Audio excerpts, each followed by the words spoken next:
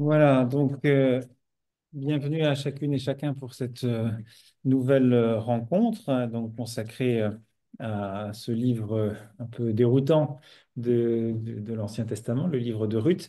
Euh, on avait envisagé la fois passée tout le chapitre 3 avec cet épisode nocturne sur l'air. On avait vu les parallèles entre les deux chapitres, enfin le chapitre 2, le chapitre 3, qui se répondaient d'une certaine manière l'un et l'autre. Euh, un dialogue en plein jour et puis un dialogue nocturne, voilà. Et puis on voyait comment les choses se mettaient tout doucement en place. On avait pointé aussi les ambiguïtés de la démarche que Noémie semblait proposer pour sa belle-fille et la manière très libre aussi et respectueuse avec laquelle Ruth finalement s'appropriait ce que Noémie lui avait proposé. On avait évoqué un peu l'ambiguïté des termes qui pouvaient parfois être utilisés, mais voilà. On voyait aussi en même temps le souci qui était celui de Bose de manifester un grand respect pour Ruth, mais également pour Noémie. Et donc, notre récit se terminait avec le retour de, de Ruth chez Noémie. Elle lui expliquait ce qui s'était passé. On avait pointé un peu là aussi des parallélismes, hein. Qu'es-tu devenue ma fille, qui faisait un petit peu écho à la question qui es-tu, qui était celle de qui est-elle de Bose au chapitre 2. Euh, Et puis, il y avait aussi cette évocation dans le verset 17, et elle dit, il m'a donné ces 20 litres d'orge, car m'a-t-il dit, tu ne rentreras pas démuni chez ta belle-mère. Et souvenez-vous que c'était par ce terme démuni vide, que Noémie s'était elle-même présentée. Donc c'était aussi une manière pour Bose de dire à, à Noémie que son attente était pas oubliée, qu'elle trouverait sa place. Et donc on s'est arrêté sur ce verset 18. Noémie dit, demeure ou assieds-toi, ma fille, jusqu'à ce que tu saches comment l'affaire aboutira, car cet homme n'aura de cesse qu'il n'ait conclu cette affaire aujourd'hui même. Voilà donc où nous nous étions arrêtés et nous abordons maintenant donc ce chapitre 4, hein, du livre de Ruth, les 12 premiers versets du livre de Ruth, et on terminera la fois prochaine avec les versets suivants. Alors, c'est intéressant. Enfin, bon, je vais vous lire le texte dans une traduction un peu littérale qui est pas inintéressante et qui va peut-être faire entendre des choses un peu différentes. Voilà, vous avez le texte sous les yeux dans le dossier qui vous a été adressé, et puis dans la traduction de la tome. Et puis je vous lis une traduction plus littérale et, et vous pourrez peut-être être attentif à telle ou telle différence que vous pouvez noter. Quant à Bose, il était monté à la porte de la ville et s'y était assis. Et voici, passe celui qui a droit de rachat, celui dont avait parlé Bose. Il lui dit, approche, assieds-toi un tel. Et il s'approcha et s'assit. Il prit 10 hommes parmi les anciens de la ville et dit, asseyez-vous ici. Et ils s'assirent. Il dit à celui qui avait droit de rachat, la part du champ qui appartient à notre frère, à Élimélec, Noémie la met en vente, elle qui est retournée de la campagne de Moab. Et moi, j'ai pensé, je t'en informerai en te disant, exerce ton droit de rachat en présence de ceux qui siègent et devant les anciens de mon peuple. Si tu veux exercer ton droit de rachat, rachète, mais si tu ne veux pas racheter, déclare-le-moi pour que je le sache, car en dehors de toi, il n'y a personne pour acheter et moi, je viens après toi. Et il dit, moi, je veux racheter. Et Bose dit, au jour où tu acquiers le champ de la main de Noémie, tu acquiers également Ruth, la Moabite, la femme de celui qui est mort, pour maintenir le nom de celui qui est mort sur son héritage. Celui qui avait droit de rachat dit, Je ne puis racheter pour moi de peur de pervertir mon héritage. Exerce pour toi mon droit de rachat, car je ne veux pas racheter. Tel était l'usage autrefois en Israël en cas de rachat et d'échange pour valider toute affaire. L'un ôtait sa sandale et la donnait à l'autre. Telle était l'attestation en Israël. Et celui qui avait droit de rachat dit à Bose, acquiert pour toi, et il ôta sa sandale. Bose dit aux anciens et à tout le peuple, vous êtes témoins aujourd'hui que j'acquiers tout ce qui était à Élimélec et tout ce qui était à Kilion et Malon de la main de Noémie. En outre, Ruth la Moabite, la femme de Malon, je l'acquiers pour moi comme femme, pour maintenir le nom de celui qui est mort sur son héritage, et le nom de celui qui est mort ne sera pas retranché d'entre ses frères, ni de la porte de son lieu. Vous en êtes témoins aujourd'hui. Et tout le peuple qui était à la porte et les anciens dirent, témoins, que Yahvé donne à la femme qui entre dans ta maison d'être comme Rachel et comme Léa, qui bâtirent à elles deux la maison d'Israël. Sois valeureux en Ephrata, acquiert un nom à Bethléem, pour que ta maison soit comme la maison de Péretz que Tamar enfanta à Juda, grâce à la descendance que Yahvé te donnera de cette jeune femme. Voilà pour cette traduction un peu littérale. Donc, on a, pour situer un peu le contexte, là, ce chapitre 4, il y a une belle unité de lieu, puisqu'on se trouve euh, à la porte de la ville. Et la porte de la ville, elle a toujours un caractère un petit peu particulier dans la Bible. Il y a une fonction sociale, à la fois lieu d'échange, de commerce, et puis aussi lieu judiciaire. C'est là que les décisions se prennent. C'est pas tout à fait anodin. Et c'est ce qui est rappelé dans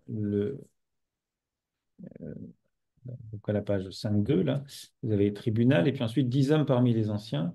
Le rôle des anciens fut constant dans toute l'histoire d'Israël. Dans une cité, lorsqu'une querelle ou un litige quelconque éclatait, le plaignant faisait appel aux anciens notables du lieu qui se réunissaient au nombre de 10 au minimum afin de constituer un tribunal en public à la porte de la ville.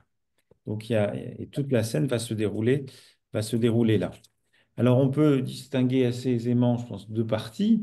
Vous avez une première partie du verset 1 à 6, qui est la confrontation entre Bose et le Goël, le racheteur, qui restera anonyme.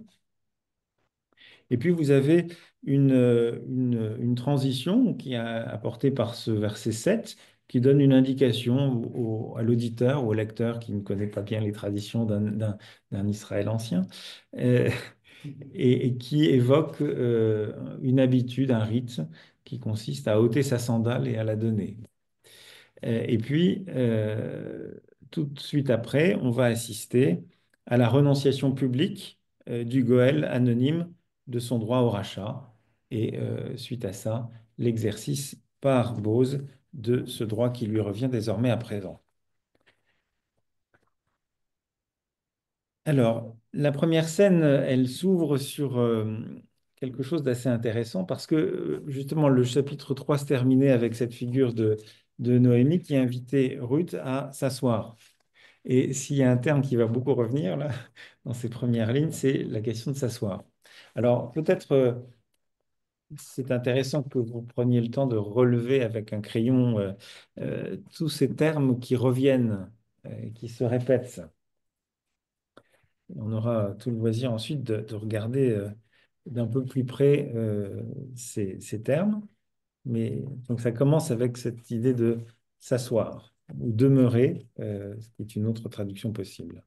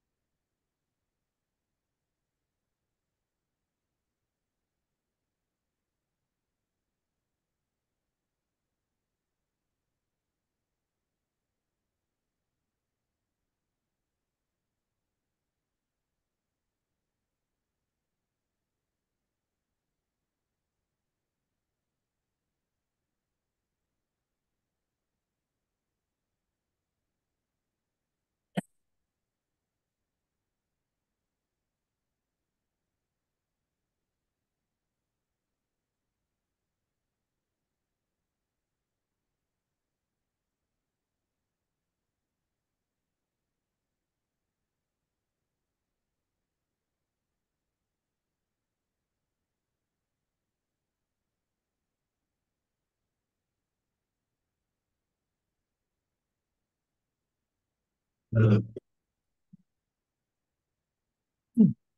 est-ce que vous avez fait un petit peu le tour de des mots qui reviennent de manière vraiment très récurrente? Rachat, racheter, Voilà, il y a le terme de racheter qui est effectivement très présent. acquérir, Périr, oui.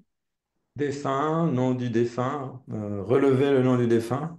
Oui, ça ce sera donc oui, plutôt qui renvoie à une loi, la loi du Léviras aussi, on y regardera d'un peu plus près tout à l'heure.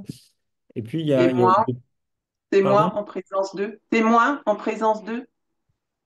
Oui, Le, alors il revient. le fait de dire témoin, on est témoin, Oui, mais ça, et en présence d'eux, mais c'est pas quelque chose qui revient, ou bien? si, enfin, euh, bah, quand il dit en présence d'eux, c'est une manière aussi de dire ils sont témoins. Enfin, moi, je le vois comme ça, hein, c'est pas forcément. Oui, oui, enfin, d'accord. Et, et après, témoin, je le vois deux fois. Alors, attends, je cherche, je sais plus. Tout le peuple qui était au tribunal et les anciens dirent témoin que le Seigneur rende la femme. Et Oui. un autre moment, il y a un autre moment, je l'ai vu, je sais plus. Je voulais pas. Vous en êtes témoin Vous êtes aujourd'hui, témoin d'accord. aujourd'hui que j'acquiert de la main de Noémie. D'accord, ok, très bien. Alors, mais effectivement, ce qui est le terme, un des termes centraux, c'est vraiment le terme de racheter, le Ouais. racheteur, donc qui est le terme Goël, sur lequel on va s'attacher et regarder d'un peu plus près à quoi ça correspond, enfin, ce principe-là, qu'on trouve dans la Bible. Et puis, il y a aussi, qui est peut-être un peu... alors, il y a une répétition. Vous avez Bose est monté au tribunal, ici était assis. Il dit à quelqu'un, donc au Goël, assieds-toi donc ici. Celui-ci s'arrête et s'assit. Il dit aux témoins, aux anciens, asseyez-vous, et ils s'assirent. Vous avez cette répétition. Alors, c'est intéressant d'emblée, parce que qu'est-ce que ça nous dit, il dit et les choses se réalisent. Il y a qu'est-ce que ça souligne, ces répétitions de s'asseoir? Asseyez-vous, asseyez-vous, asseyez-vous. Asseyez-vous, il s'assoit. Assieds-toi, il s'assied. C'est Et, un ordre. Il y a une sorte ouais. d'autorité de Bose qui est ici soulignée. Il, on peut être frappé, l'auditeur, le lecteur peut être frappé par le sérieux avec lequel Bose prend ses dispositions pour que soit incontestable le résultat de la tractation qui va mener à son terme de manière assez habile. Mais donc, alors, et en même temps, c'est un écho au verset 18 du chapitre 3, où précisément, il y avait déjà ce terme de s'asseoir ou demeurer qui était l'invitation faite par Noémie à sa belle-fille. Donc, il y a une forme de résonance. Euh, Au passage, vous avez aussi un écho. euh, vous avez ce terme aujourd'hui qui est assez présent, enfin, qui est bien présent là dans la deuxième partie et qui fait écho à cet aujourd'hui du verset 18 du chapitre 3. Noémie disait que sans délai, aujourd'hui même, il va faire quelque chose. Et donc, dès le début, on a euh, il y a cette idée, euh, comme si, qu'il y a une forme d'antériorité dans le passé. Bose était déjà, pendant ce temps, si vous voulez, Bose était déjà monté au tribunal, ce qui est une manifestation, une manière d'illustrer son côté très volontariste et sa décision de régler cette affaire au plus vite. Donc il est assis, il manifeste pas beaucoup d'autorité et il va interpeller donc le racheteur, le Goël, l'invitant à s'arrêter. Alors ce Goël, c'est intéressant parce qu'on ne lui donne pas de nom. Un tel, arrête donc, assieds-toi donc ici. Ce qui est un peu curieux, effectivement. On imagine bien que Bose doit bien connaître le nom du racheteur. Donc, c'est pas tant que euh, c'est pas que Bose ne le connaît pas. On voit mal comment il aurait pu ne pas connaître son nom alors qu'il le désigne comme il désigne Elimelech comme notre frère. Donc, ça suppose bien qu'il y a un lien de parenté a priori entre deux. Euh, Donc, le plus simple et l'interprétation la plus raisonnable, c'est de voir là, évidemment, une intervention du narrateur qui couvre de sa propre voix la voix de Bose. Euh, et puis, c'est aussi une manière de, puisque ce personnage-là ne va pas exercer euh, ce droit, mais aussi ce devoir de Goël. Et par conséquent, on verra, ça peut être aussi s'il y a une forme de honte. Donc, on ne cite pas le nom de celui qui n'a pas, que son nom soit oublié en quelque sorte. À l'inverse, il s'agit de relever le nom d'un défunt et en donnant dans la loi du Lévirin, en donnant une descendance à celui qui est mort. Euh, Voilà, et donc il y a des commentaires juifs du Moyen Âge qui disent qu'il vaut mieux crypter le nom de celui qui n'a pas accepté de préserver le nom d'un proche. Donc c'est une manière pour le narrateur de le stigmatiser en quelque sorte, euh, de le renvoyer à une forme d'oubli, quoi. D'oubli. Donc, dans l'attitude également, donc, on voit le souci qui est celui de Bose de réunir à la porte de la ville 10 hommes parmi les anciens de la ville. Donc il y a une forme de prise à témoin. Donc, alors, vous avez là aussi donc c'est ce que je vous lisais tout à l'heure. Donc, c'est le fait qu'il y ait 10 personnes, c'est pas non plus tout à fait un hasard. Je vous lis une note sur la place du 10. En contexte biblique, 10 personnes représentent le groupe armé minimal. Le nombre 10 représente une totalité dans certains autres cas, les 10 paroles, la mesure pleine des 10 actes de désobéissance d'Israël. La Patrique du Minyan, ça c'est quelque chose qu'on connaît. Il faut qu'il y ait au moins 10 hommes pour qu'on puisse célébrer le culte dans la synagogue. Euh, donc c'est une manière de donner une certaine solennité à la décision qui va être prise. Et donc, il y aura une manière d'avaliser une interprétation juridique, on va dire, qui va être développée par Bose. Donc, il a besoin de cautionner, de témoins et de cautionner la démarche qu'il va entreprendre. Alors, donc, dans cette première partie, donc, est évoquée donc, cette condition du racheteur, le Goël, qui est une institution tout à fait originale, mais qui, telle que Bose va la présenter, va aussi recouvrir une autre réalité qui est le Lévirin. On avait déjà dit quelques mots, mais c'est important d'y revenir et de bien le comprendre. Alors, vous avez sur la page 3, euh, un petit encadré intitulé Un problème juridique. Et effectivement, il y a deux réalités qui vont s'interpénétrer alors qu'elles sont bien distinctes dans le texte biblique. Donc, il y a une évocation du lévira. Le lévira est un type particulier de mariage où un homme épouse la veuve de son frère mort sans enfant afin de poursuivre la lignée de son frère. Les enfants issus de ce remariage ont le même statut que les enfants du premier mari. Alors, vous vous souvenez de cette polémique qui est des pharisiens contre Jésus par rapport au mariage de la sœur enfin, des frères qui meurent et puis il y a, de qui sera-t-il donc le, la femme à la résurrection, voilà, qui sera son mari à la résurrection. Il y avait toute cette question-là qui était présente. Euh, alors, on peut regarder un peu ce qui est dit de ce, de cette règle dans le livre du Deutéronome. Et voilà ce qui est dit. Vous allez vous rendre compte que ce n'est pas forcément la situation, ça ne correspond pas tout à fait à la situation concrète qui est là. Donc, c'est là que c'est un peu une forme d'innovation juridique. Alors, si vous prenez donc le Deutéronome au chapitre 25, les versets 5 et suivants, si des frères habitent ensemble et que l'un demeure sans avoir de fils, la femme du défunt n'appartiendra pas à un étranger en dehors de la famille. Son beau-frère ira vers elle, la prendra pour femme et fera à son égard son devoir de beau-frère. Le premier fils qu'elle mettra au monde perpétuera le nom du frère qui est mort. Ainsi, son nom ne sera pas effacé d'Israël. Ça, c'est la règle qui est posée. Alors, vous savez que dans le récit biblique, vous avez un certain nombre d'épisodes, notamment où ben, certains beaux-frères ne veulent pas accomplir ce rôle-là. Et donc, c'est le cas notamment en Genèse 38 avec l'épisode de Tamar. Judas a eu 3 fils. Et l'un d'eux a épousé Tamar, mais le mari de Tamar, le premier fils, va mourir. On ne sait pas très bien pourquoi. On sait qu'il a déplu au Seigneur, il meurt. Bon, voilà. On ne sait pas dans quelles circonstances.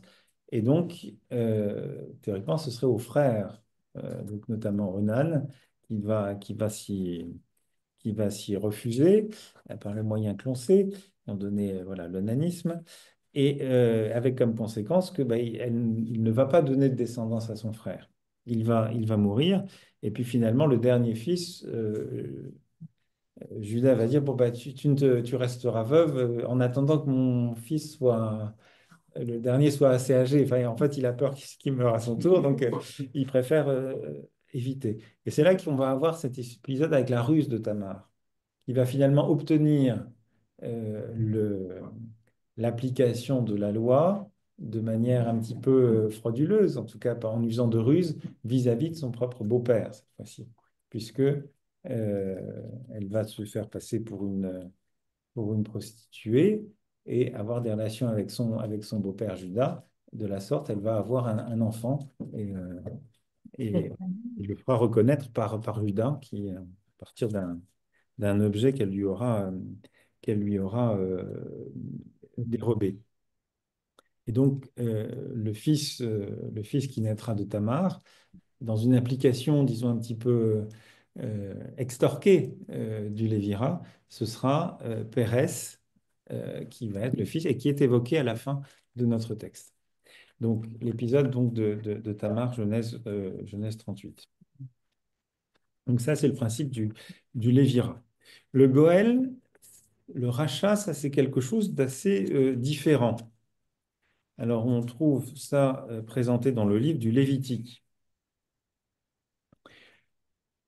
Le Goël désigne, donc je reviens sur l'encadré de la page 3. Le Goël désigne le plus proche parent qui a le devoir ou le droit de racheter les terres du patrimoine familial ou les membres du clan tombés en esclavage. Mais la loi du rachat, créée au départ pour garantir aux pauvres la possession de leurs terres, était en définitive utilisée pour agrandir la propriété du riche. De plus, elle ne prévoyait pas le remariage d'une veuve sans enfant. La veuve restait donc sans progéniture et le rachat de la propriété constituait seulement une aide momentanée. Euh, donc, le terme de Goël, vous voyez qu'il a, il n'a pas grand-chose à voir avec le remariage ou le fait de relever le nom, de donner une descendance.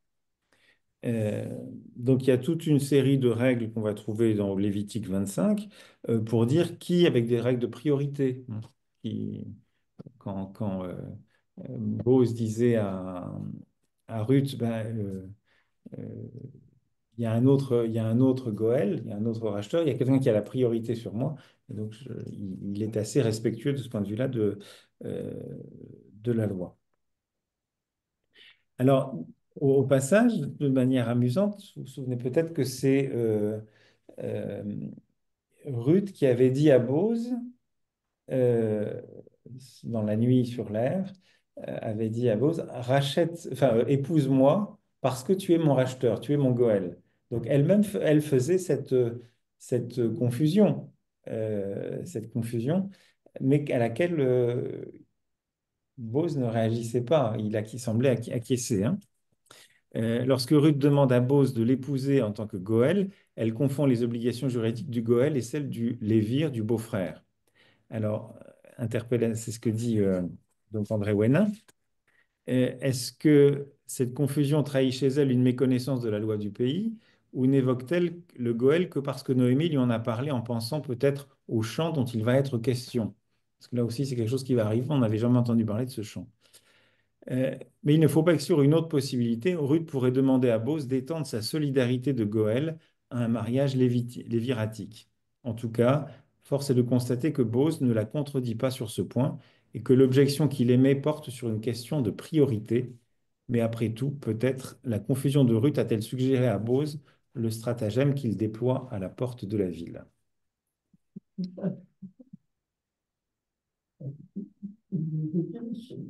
Il est rusé et il va, puisqu'il va en fait à la fois respecter la loi, il va se comporter de manière tout à fait droite, mais il va faire preuve d'une certaine habileté juridique et coincer un petit peu son interlocuteur. Alors, comment est-ce qu'il s'y prend? Donc, il agit de manière tout à fait honnête, donc devant témoin. Il dit au racheteur, Noémie, celle qui est revenue de la campagne de Moab, vend une parcelle de terre qui était à notre frère, Élimélec. Alors, au passage, donc, il y a une surprise. On ignorait l'existence d'une parcelle de terre, propriété propriété de Noémie. Dans la narration, aucun élément n'était arrivé. Donc là, c'est une surprise qui vient aussi un petit peu relancer les choses. Bon. Apparemment, ça a l'air d'être connu par les gens qui sont là. Personne ne s'en étonne ou ne semble être choqué par cette révélation. Vous avez de manière intéressante la parcelle de terre qui était à notre frère Élimélec. Or, en toute rigueur, ça ne correspond pas du tout à, à la situation. Enfin, Élimélec, c'est ni le frère de cet Untel, de ce Goël, ni de Bose lui-même. Euh, et puis, dans la coutume du Léviras, si des frères habitent ensemble et que l'un d'eux meurt sans avoir de fils. Donc, ça suppose vraiment, on n'est pas dans ce cadre-là, mais Bose a le souci d'introduire l'idée de frère d'emblée. Donc, ce faisant, il fait déjà un lien, il étend le domaine du racheteur du Goël au Lévira. Et moi, j'ai dit que je te mettrai au courant en disant, acquiert en présence des habitants et en présence des anciens de mon peuple, si tu veux racheter, rachète, mais si tu ne veux pas racheter, indique-le-moi, donc que je le sache, car nul excepté toi ne peut racheter, moi je suis après toi. Donc ça, c'est la référence au Lévitique 25, où vous avez des priorités, il y en a qui ont des priorités pour acquérir un terrain. Donc, de ce point de vue-là, il y a une certaine droiture de Bose. Bose, il rappelle le droit. Il rappelle le droit. Euh,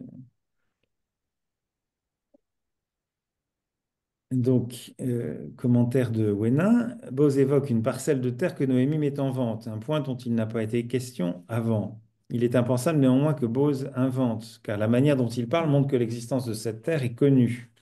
Dans ces conditions, le Goël doit être au courant. Et s'il n'a pas pris l'initiative de racheter le champ, c'est qu'il n'y a aucun avantage. Alors ça, c'est intéressant. Pourquoi paierait-il pour une terre qui lui reviendra à la mort de Noémie? C'est sur ce point que Bose intervient. Il invite le Goël à racheter la terre et à venir en aide à la veuve en payant le prix. C'est que pour lui, si le rachat est un droit, il est aussi un devoir de solidarité avec les membres démunis de la famille.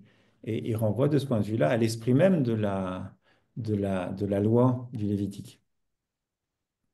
Euh, donc, s'il fait mention de la parcelle, c'est aussi en vue de pousser au respect de la loi un Goël tenté d'attendre la mort de la veuve d'Elimelech pour hériter de son bien. Donc, il y a une dimension là assez, euh, je dirais, un peu morale dans l'interpellation de Bose en- en rappelant que il y a un devoir, le, le, le principe du rachat euh, par le Goël, il y a une dimension sociale, il y a une forme de solidarité. C'est pas juste dans la perspective de ne pas perdre des terrains au bénéfice des gens extérieurs au clan. C'est aussi une manière de- de- d'accomplir une solidarité familiale. Donc, il présente les choses de manière droite, correcte, en rappelant cette priorité. Il y en a qui ont la priorité sur d'autres. Si tu veux racheter, rachète, mais si tu ne veux pas racheter, indique-le-moi que je le sache, car nul excepté toi ne peut racheter, moi je suis après toi. Réponse du Goël, moi je veux racheter. Donc a priori, là, enfin, c'est un peu compromis pour notre ami Bose. On peut se dire, bah, ça y est, il est, tout semble fini pour ce pauvre Bose et le plan qu'il avait échafaudé semble s'effondrer. Euh, donc apparemment, il y avait sans doute une opportunité à récupérer ce terrain quand même. Mais c'est alors que Bose va abattre une seconde carte dans son petit jeu en associant, en étendant le domaine du Goël au Lévira. Et en disant, oui, mais il y a un cadeau avec, on pourrait dire. Et donc là, il va manifester une certaine habileté. Il va associer Goël et Lévir. Ce qui est quelque chose qu'on ne trouve nulle part dans l'Ancien Testament. Euh, on ne trouve pas d'équivalent. Euh, Sauf peut-être alors, chez le prophète Isaïe, parce que dans le prophète Isaïe, Dieu va être présenté à la fois comme l'époux et le racheteur, le sauveur d'Israël. Et une chose que j'ai omis de dire par rapport au Goël, c'est peut-être important de l'entendre, parce que c'est un terme qui va avoir un succès important dans la suite de la révélation divine, et notamment jusque dans le Nouveau Testament. L'idée de rédempteur, le racheteur, c'est le rédempteur aussi.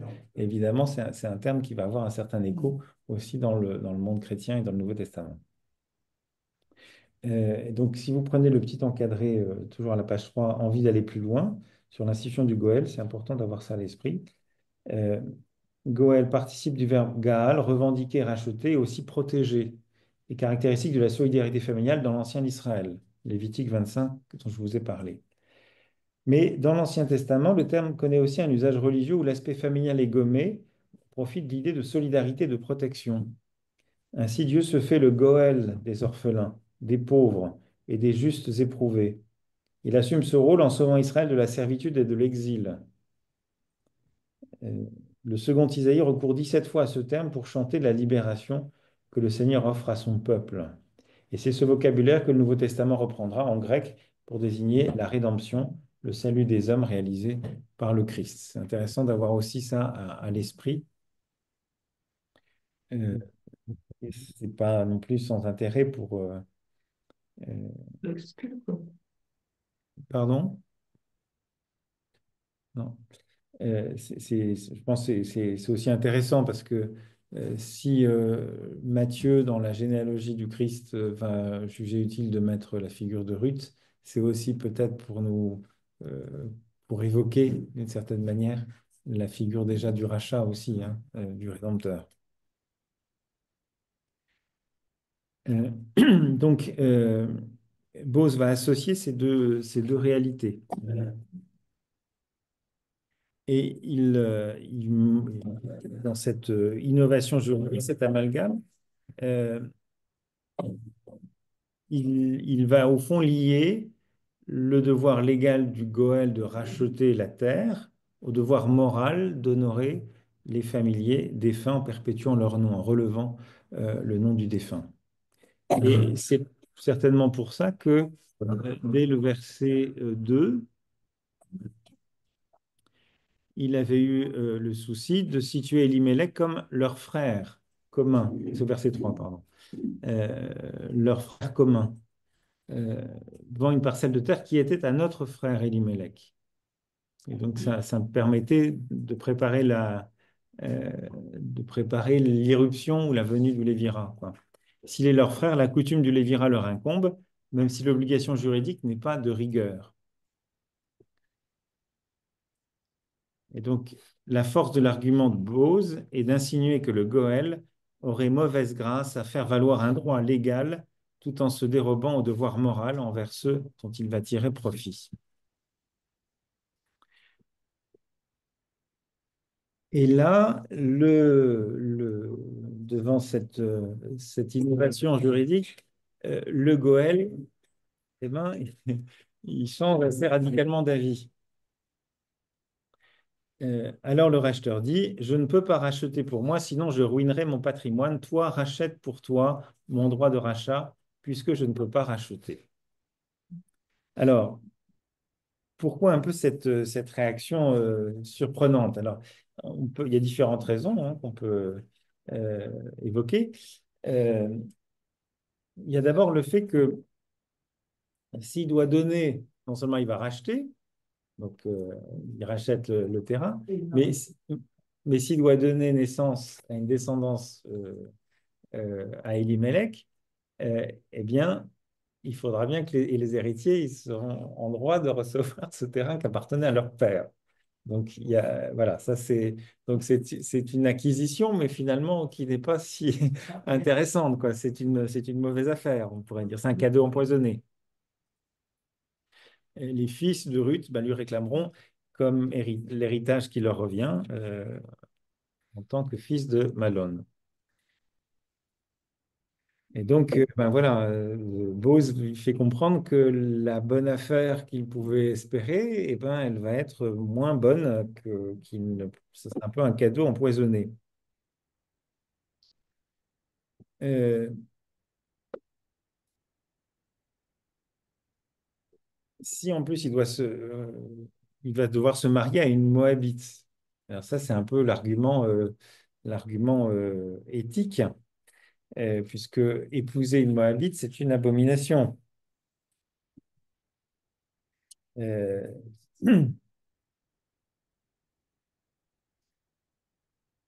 En fait, les motivations de ce racheteur, elles n'étaient pas particulièrement remarquables. Enfin, il voulait racheter, mais uniquement pour des raisons économiques. C'était une manière, voilà, il aurait pu récupérer un champ à peu de frais. Voilà. Simplement, là, le rachat du champ est associé au mariage d'une étrangère. Elle aura donc forcément des enfants et son aîné héritera du champ, divisant ainsi la propriété. Et dans la perspective de part, il va se retirer. Mais le terme qui est utilisé, c'est je ruinerai mon patrimoine. Alors, il y a d'autres traductions qui disent corrompre, souiller ou pervertir. Vous voyez bien qu'il y a aussi une autre connotation là qui apparaît. Euh, euh, Au raisonnement économique s'ajoute aussi une motivation qui touche davantage au racisme, on pourrait dire. C'est pas là quelque chose de je trouve une autre référence. Non, c'est pas là. La perspective d'épouser une Moabite, c'est quand même pas quelque chose de très réjouissant. Je retrouve mon commentaire. Voilà, c'est Deutéronome 23. Aucun Ammonite et aucun Moabite ne sera admis dans l'assemblée de Yahvé. Aucun de leurs descendants, même à la 10e génération, ne sera admis dans l'assemblée de Yahvé.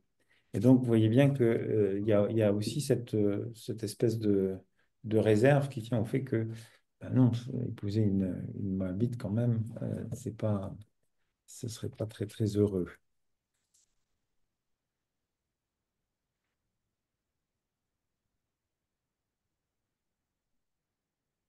Et donc, c'est pas tellement surprenant que, au vu de ce cadeau empoisonné, si je puis dire, bien Bose, enfin que le Goël renonce à exercer son droit de rachat et propose à Bose de le faire à sa place.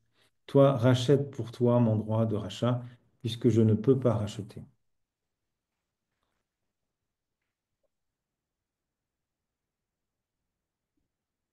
Donc en fait, Bose manifeste une certaine astuce il contourne pas le droit, il fait une forme d'innovation juridique, mais il présente les choses avec suffisamment de finesse pour convaincre l'autre qu'il a avantage à renoncer à ses droits à son bénéfice à lui. Et donc l'attitude qui va suivre, ce sera précisément euh, d'exprimer alors devant toute l'Assemblée pourquoi, enfin le choix que lui va faire, hein. Euh, alors, on peut peut-être lire l'encadré de la page 3, Bose le Juste,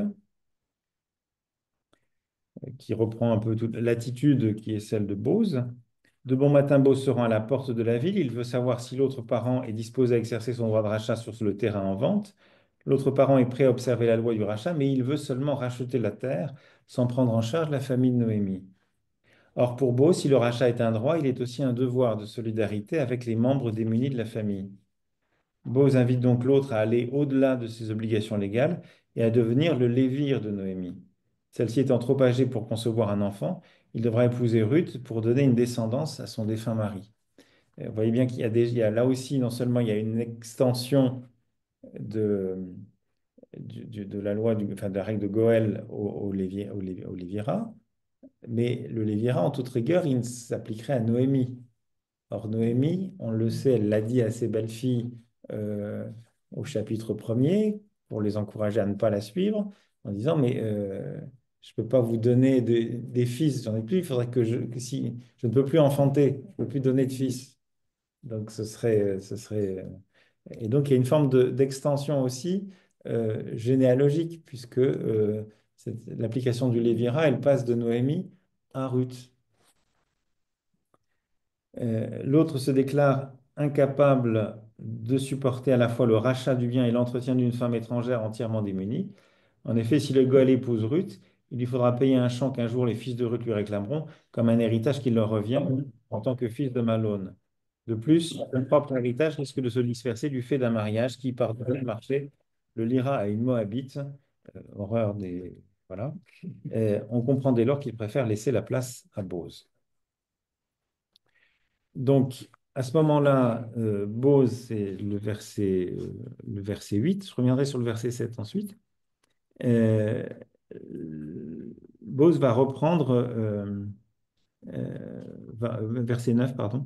Euh, Bose reprend donc la parole et il prend le peuple et les anciens témoins de ses acquisitions. Il dit aux anciens, tout le peuple, vous êtes témoins aujourd'hui que j'acquiers de la main de Noémie tout ce qui était à Élimélec et tout ce qui était à Kilion et Malone, et que j'acquiers aussi pour moi comme femme Ruth la Moabite, la femme de Malone, afin de relever le nom du défunt sur son patrimoine, pour que le nom du défunt ne soit effacé chez ses frères ni au tribunal de localité. Vous en êtes témoins aujourd'hui.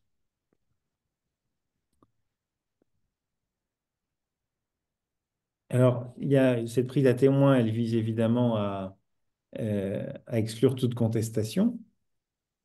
C'est devant témoin que les choses sont faites. Mais elle met encore en relief la droiture de Bose qui fait preuve d'une solidarité sans faille vis-à-vis de parents qu'il cite tous nommément, Noémie, Elimelech, Kilion, Malone et Ruth.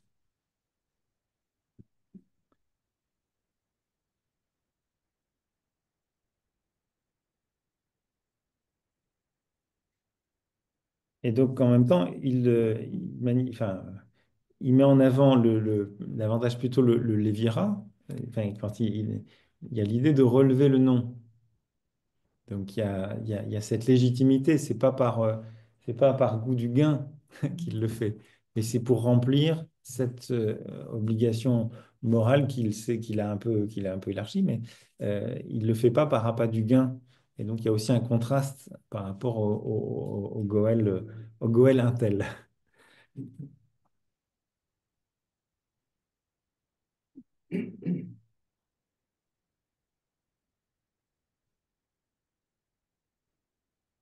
Et d'ailleurs, la formule est intéressante. Relever le nom du défunt sur son patrimoine. Le patrimoine, c'est le terrain. Et donc, c'est relever le nom sur le patrimoine. Donc, c'est bien la manière de lier le terrain, la propriété, et le lévirat, le fait de donner une descendance à son frère au sens un peu élargi. Et par conséquent, ben, les témoins auront peu de difficulté à reconnaître la valeur de Bose. Bose, là, va manifester euh, une droiture qui est assez remarquable, qui va bien au-delà de ce qui est en principe requis.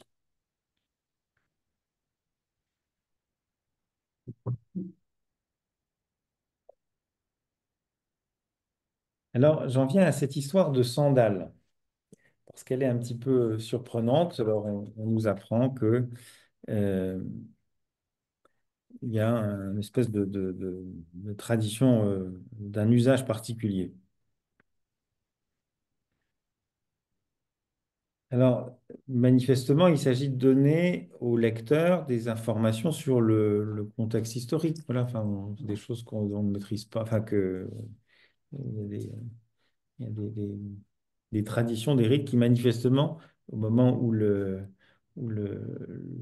rédacteur du livre de Ruth l'écrit, ben, c'est des pratiques qui n'ont plus cours, qui ne sont peut-être plus très utiles. Ça, c'est une première, manière d'envisager ça. Alors, vous avez ici, dans l'encadré à la page 2, quelque chose sur l'histoire de cette sandale. Cette expression fait référence à une ancienne coutume tombée en désuétude au moment de la rédaction de Ruth. Lorsqu'un homme jetait sa sandale sur un objet, il montrait qu'il en prenait possession. Bon, vous avez un certain nombre de références dans des psaumes. Pour confirmer un rachat ou un échange, on notait sa sandale et on la donnait à l'autre. Ça, c'est simplement dans le livre de Ruth que vous allez trouver ça. Mais surtout, c'est quelque chose qu'on retrouve là encore dans le contexte du Lévirat. Euh, donc, selon Deutéronome 25, 9 et suivant, une belle-sœur pouvait enlever les sandales à celui qui refusait de remplir son devoir de lévira. Je vous lis la chose parce que c'est assez instructif. Si l'homme n'a pas envie d'épouser sa belle-sœur, celle-ci montera à la porte vers les anciens, à la porte, comme à la porte de la ville ici, et leur dira, mon beau-frère a refusé de perpétuer pour son frère un nom en Israël, il a refusé d'accomplir à mon égard son devoir de beau-frère. Les anciens de la ville le convoqueront et lui parleront. Il se tiendra là et dira, je n'ai pas envie de l'épouser. Sa belle-sœur s'avancera vers lui en présence des anciens, elle lui retirera la sandale du pied et elle lui crachera au visage. Puis elle prendra la parole et dira, voilà ce qu'on fait à l'homme qui ne reconstruit pas la maison de son frère, et en Israël on l'appellera maison du déchaussé. Donc, vous voyez, donc c'est une forme d'humiliation et de stigmatisation de celui qui refuse d'accomplir la loi du Lévirat et de donner une descendance à son frère, voilà, ou à l'épouse de son frère. Question, aucun rapport avec Jean-Baptiste qui ne peut pas défaire la sandale du Christ. Je crois pas, non. J'ai jamais compris. Ben là, c'est la sandale du Christ, enfin la sandale, c'est beaucoup plus l'attitude du serviteur vis-à-vis d'un euh, seul un, voilà. Je suis pas digne, je suis même pas, alors qu'un esclave devrait le faire, moi-même, je ne me considère pas dans cette dignité-là. C'est pas la même sandale. Donc là, c'est surprenant parce que tel que c'est rapporté, c'est pas la veuve qu'on refuse d'épouser qui enlève. Donc là, il n'est pas question de crachat, mais c'est le Goël lui-même, enfin le Goël, le beau-frère qui a refusé, qui retire lui-même sa sandale. Donc là, il y a quelque chose qui est un petit peu surprenant. Acquiert pour toi et il ôta sa sandale. Donc, de toute évidence, parce que des sandales, il n'y en a pas non plus tant que ça qui sont évoquées, et donc le lien avec ce texte du Lévira, il est quand même significatif. Ça cadre pas et en même temps, c'est sans doute une évocation. Alors voilà ce qu'écrit Wena à ce sujet. Voilà, les contacts avec notre récit sont évidents, mais les différences restent très importantes. Alors voilà la proposition qu'il fait. Donc, selon le Lévitique, déchausser qui se dérobe aux exigences du Lévira est un signe d'infamie par lequel la veuve rejetée dénonce le refus de la solidarité familiale. C'est une forme de désignation à l'ensemble de la communauté de quelqu'un qui ne reste- enfin, qui ne fait pas son devoir. Voilà donc à quoi s'expose le Goël anonyme s'il refuse d'épouser Ruth alors qu'il se montre intéressé par la terre de son frère et que sur ce point il se déclare prêt à obéir à la loi. Donc c'est un petit peu c'est un peu le de poids. Je veux bien ça, mais je fais mon choix dans le panier si vous voulez. Euh, Ainsi, en proposant au Goël de prendre sa place, Boaz lui permet de se soustraire à un engagement qui risque d'être lourd et à l'infamie attachée à un refus. D'où peut-être l'empressement du Goël à céder ses droits dès qu'il apprend ce qu'ils entraînent comme devoir moral vis-à-vis du défunt et de sa veuve. C'est Bose désormais qui aura à porter cette responsabilité. Il lui tire ainsi une épine du pied tout en comblant son propre désir. S'il en est ainsi, la remise de la sandale ne signifie pas seulement que le Goël renonce à ses droits, mais aussi que Bose accepte les devoirs inhérents à son nouveau statut. La veuve n'aura pas à ôter la sandale du Goël pour le discréditer en public. C'est Bose désormais qui s'expose à ce risque. Il insiste d'ailleurs lui-même sur son nouveau devoir lorsqu'il interpelle les témoins au sujet des biens acquis et de la responsabilité qu'il assume envers le mort.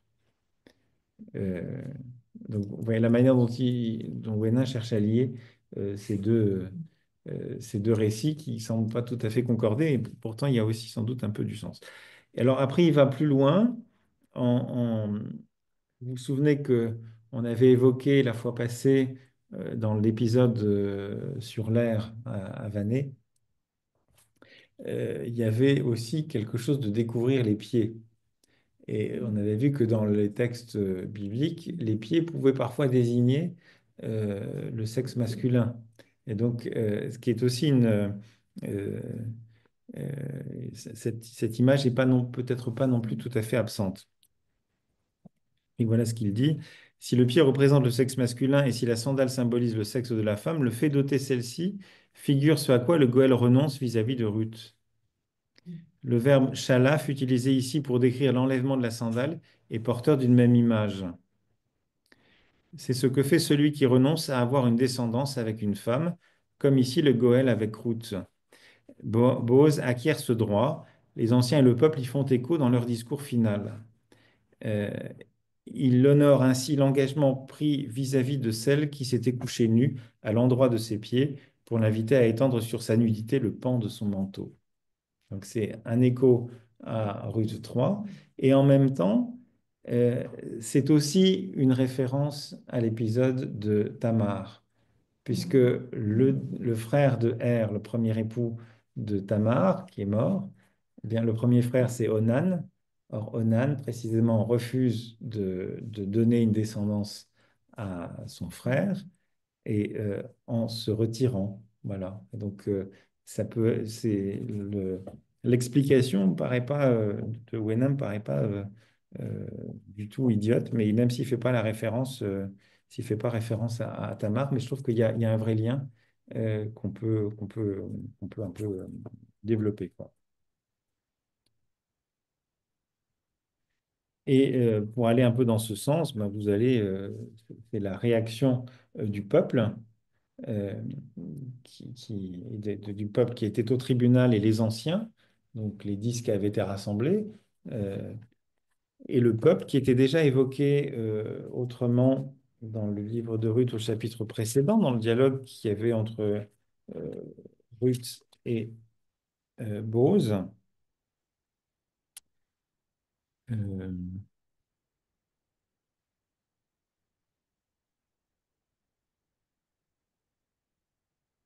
voilà, c'était le verset 11, au chapitre 3. Maintenant donc, ma fille, n'aie pas peur. Tout ce que tu diras, je le ferai pour toi, car tout le monde chez nous sait bien que tu es une femme de valeur. Qui correspondait, femme de valeur, à la qualification de Bose au début du chapitre 2.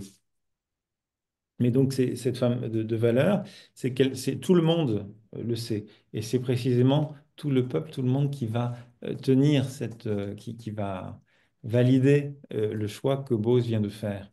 À la fois l'interprétation juridique qu'il fait, qui est validée par le tribunal et par le peuple, euh,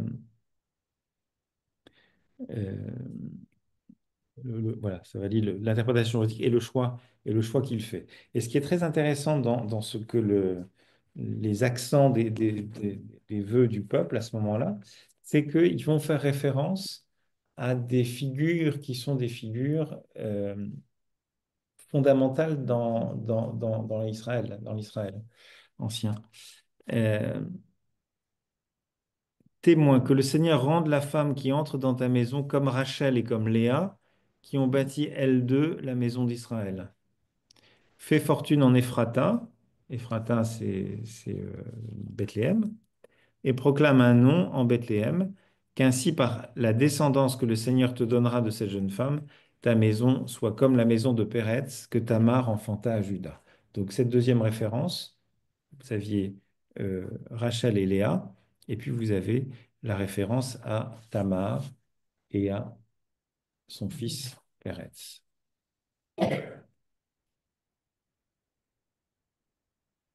Alors vous avez donc dans cette acclamation du peuple ou ces vœux du peuple, on peut commencer par lire l'encadré à la page 3, l'acclamation du peuple. Boaz exerce le droit de rachat en achetant tous les biens d'Elimelech, Kilion et Malon. Il fait son devoir de beau-frère en épousant Ruth. Et il fait clairement comprendre que la possession de la terre et la situation de la famille sont liées et ne peuvent plus être séparées. Il n'est plus possible d'acquérir le terrain d'un pauvre sans regarder aussi sa situation familiale. Le tribunal ratifie et approuve la décision de Boaz. Ça, c'est l'aspect juridique, c'est la validation de la théorie juridique que Boaz a développée. Tout le peuple vient se joindre aux anciens pour louer le Seigneur de ce qui est en train de s'accomplir et de l'espoir que suscite en Israël et Juda le mariage de Ruth et Boaz. Tous reconnaissent la valeur de Boaz qu'ils inscrivent en compagnie de Ruth dans la lignée des ancêtres d'Israël et de Juda. Alors, si on regarde d'un petit peu près ce texte, vous avez l'acclamation du peuple. Donc, vous avez le témoin, qui est donc une manière de valider.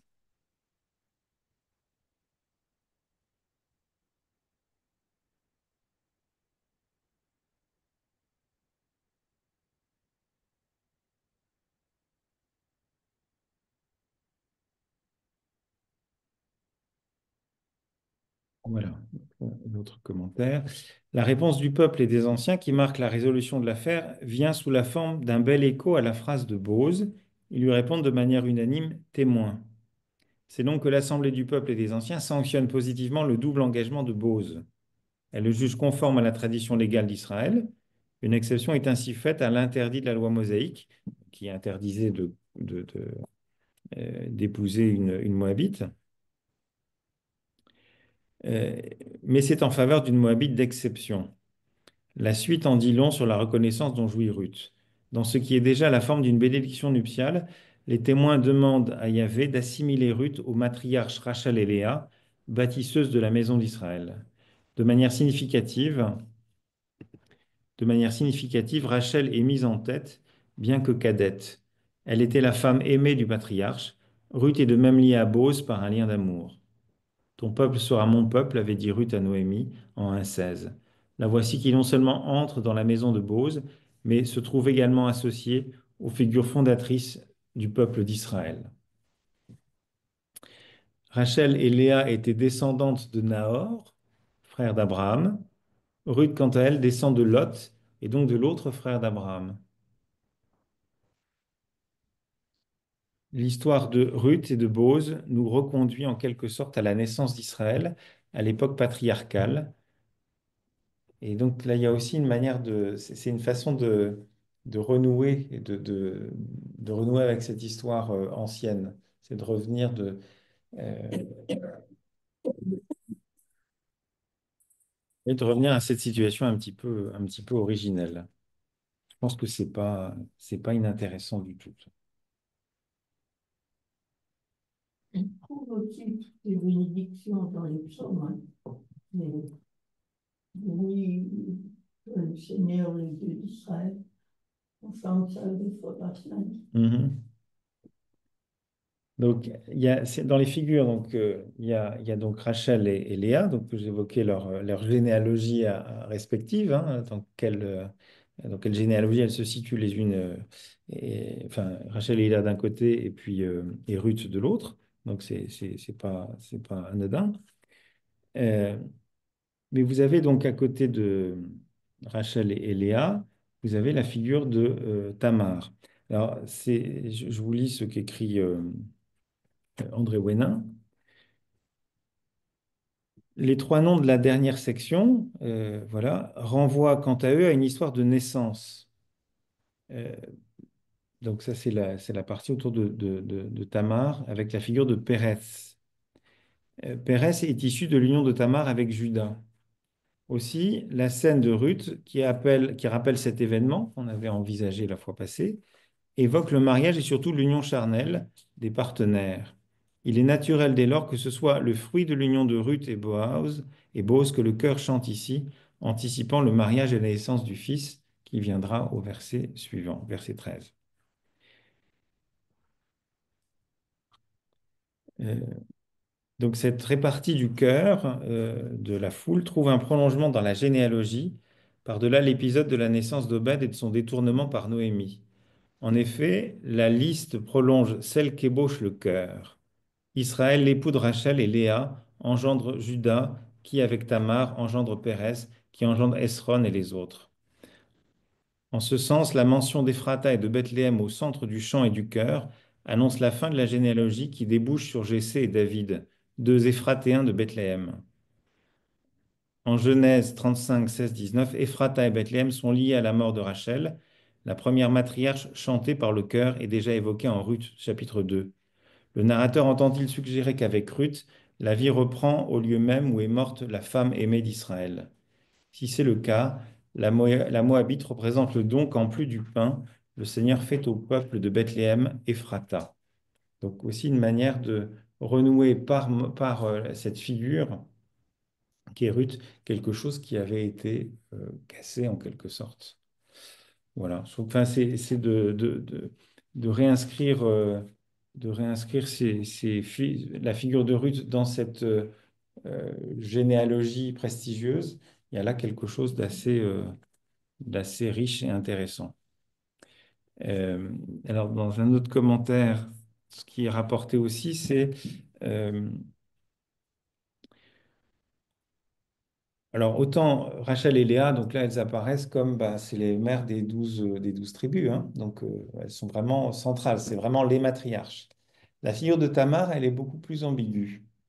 Euh, alors, il n'est jamais dit qu'elle n'est pas juive, serait étrangère, mais il y a une tradition interprétative qui donne des indices qui iraient dans ce sens. Je vous lis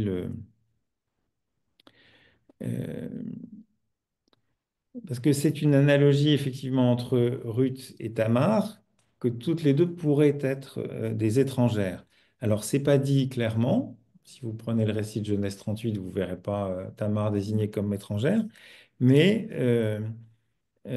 Tamar va être souvent dans l'exégèse rabbinique rapprochée de Choua, la cananéenne, femme de Juda. Elle va être associée à un lieu qui s'appelle Tamar dans le livre de la Genèse, qui est habité par des Amorites. Euh, et donc, il est tentant de faire jouer l'hypothèse euh, en Ruth 4, 11, 12. Si le peuple, les anciens assimilent Ruth d'abord à Rachel et à Léa, puis à Tamar, c'est apparemment pour faire jouer un contraste entre des figures internes au peuple, les deux matriarches, et une figure externe, Tamar, comprise comme étrangère, au rôle remarquable dans la généalogie du peuple. Donc, il y a quelque chose de très universel finalement dans euh, dans ces références qui ouvrent, puisqu'on est renvoyé à- à une femme possiblement étrangère. Il y a ce rapprochement Ruth et Tamar qui est intéressant et en même temps d'équiparer euh, Ruth, la femme qui entre dans ta maison, à deux matriarches qui sont un peu des incontournables dans la foi juive. Voilà un petit peu ce que je voulais vous partager ce soir sur ce chapitre 4.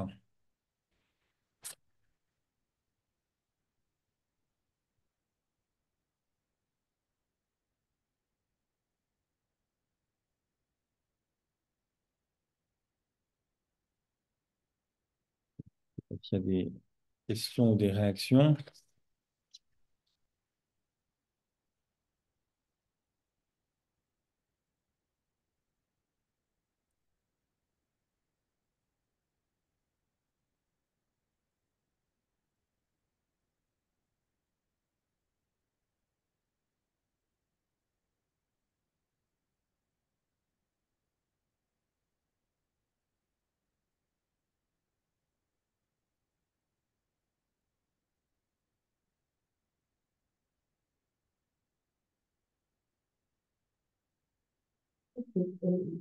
pardon.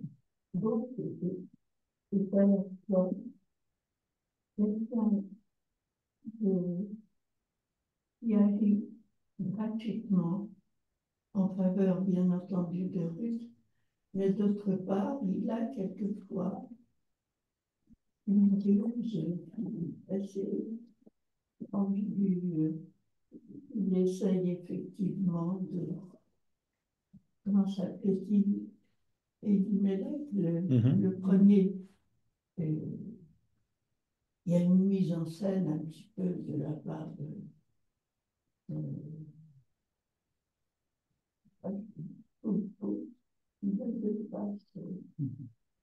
C'est un homme à la fois droit oui, euh, et puis un homme rusé. il est Il poussé. il y a effectivement un peu les deux. Voilà. Et alors après, ce qui est aussi intéressant, c'est ça, je vous l'avais dit, je crois, dans la première rencontre, hein, parce que donc, il procède à une forme d'innovation en associant le Goël et le Lévira et en l'appliquant à une Moabite. Donc il y a une innovation qui va faire approuver par le peuple, hein, qui est légitimée par le peuple. Et donc, c'est aussi tout autour de la question des mariages mixtes. Je trouve que c'est plein d'actualités aussi quand on pense un peu à des dérives qu'on peut rencontrer en Israël aujourd'hui sur un certain suprémacisme juif qui exclut vraiment tout mélange comme quelque chose d'impur. Et la réponse du Goël, quand il parle de pervertir son héritage, on est aussi un petit peu dans ce registre-là. Et là, on voit une tradition au sein du judaïsme qui, elle, est plutôt ouverte sur une altérité ethnique et religieuse. Et donc, je trouve que c'est plutôt heureux d'entendre ça et d'entendre euh, cette, euh, cette ouverture-là, cette ouverture par rapport à des mariages mixtes portée au sein même du texte biblique et qui est là une contestation de l'interdit qui était fait d'épouser des Moabites ou des Amorites.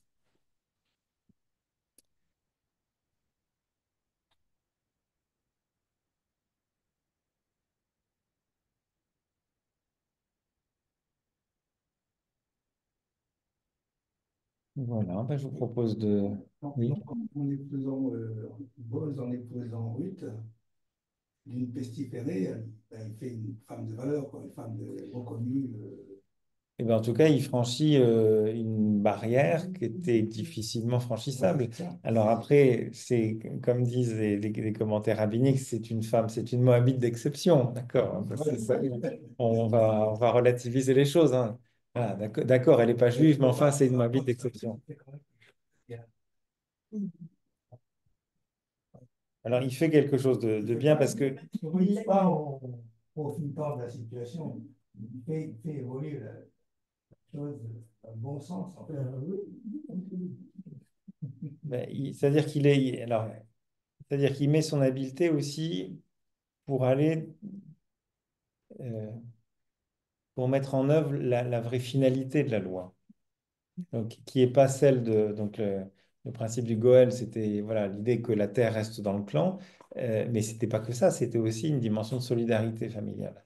Donc lui, il accomplit pleinement la visée de la loi, l'esprit de la loi, c'est ça. Il cherche vraiment il n'est pas dans une application formelle, et puis après il va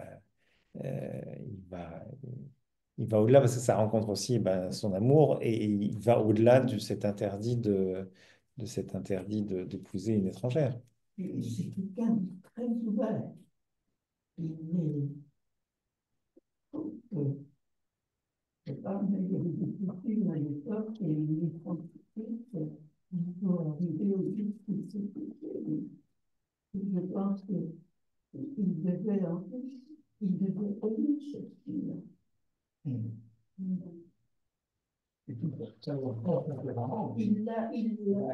n'est pas, lui, par fidélité, sans doute à la loi du Seigneur. Mais personnellement, il a des doutes que les Il y a aussi une petite chose qui est assez amusante dans dans le texte hébreu, vous avez quand Bose dit, verset 5, le jour où tu acquiers le champ de la main de Noémie, tu acquiers aussi Ruth la Moabite, la femme du défunt, pour relever le nom du défunt sur son patrimoine. Vous avez un certain nombre de textes, enfin de manuscrits qui vont, au lieu de dire tu acquiers, ils vont dire j'acquiers. Alors, ce qui fait dire à Wena que bah, c'est un espèce d'acte manqué. Alors, euh, voilà, Bose ne cache pas Goël qu'il verrait son désistement d'un bon œil. S'il l'interpelle, c'est aussi parce qu'il est intéressé. La fin du verset 4 ne laisse guère de doute sur ce point. Pardon, j'étais au-dessus. Euh, Son désir affleure du reste dans le lapsus qu'il commet lorsqu'il signale au Goël qu'avec le chant, il lui faut aussi prendre Ruth. Dans l'hébreu, en effet, il dit et Ruth, la femme du mort, je l'acquiers. Et non tu acquiers, comme le propose le texte massorétique, donc qui a corrigé en quelque sorte cette incongruité. Et donc, quelque part, c'est comme si dans le texte, dans ce que dit Bose, se cachait son désir transparaissait, son désir d'épouser Ruth. Donc oui, il accomplit pas seulement la loi, il y a aussi du sentiment qui est impliqué là-dedans. Enfin, en tout cas, c'est l'interprétation que propose Venin. Déjà au départ, hein, quand elle va dans le champ pour ramasser, enfin, pour planer. Donc, Bose lui dit, hein, attention, ne va pas vers les jeunes.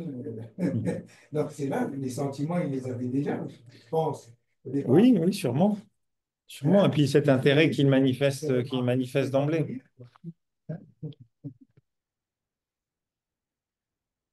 Voilà, bien. Ben, on va s'arrêter là pour aujourd'hui. Et donc, on se retrouve pour une dernière rencontre pour terminer ce livre de Ruth, donc le mois prochain. J'ai plus la date en tête, mais Hmm c'est c'est- c'est pendant la semaine sainte. Ouais, d'accord. Voilà, ben on attend. Donc, au mois prochain, alors. Le prochain épisode, c'est le mariage, non? Et bah oui, enfin, c'est le verset suivant, vous verrez. Euh, et le mariage est immédiatement suivi de la grossesse. Voilà, vous verrez. Très rapide. Bien, bah, bonne soirée à vous. Merci. Oui.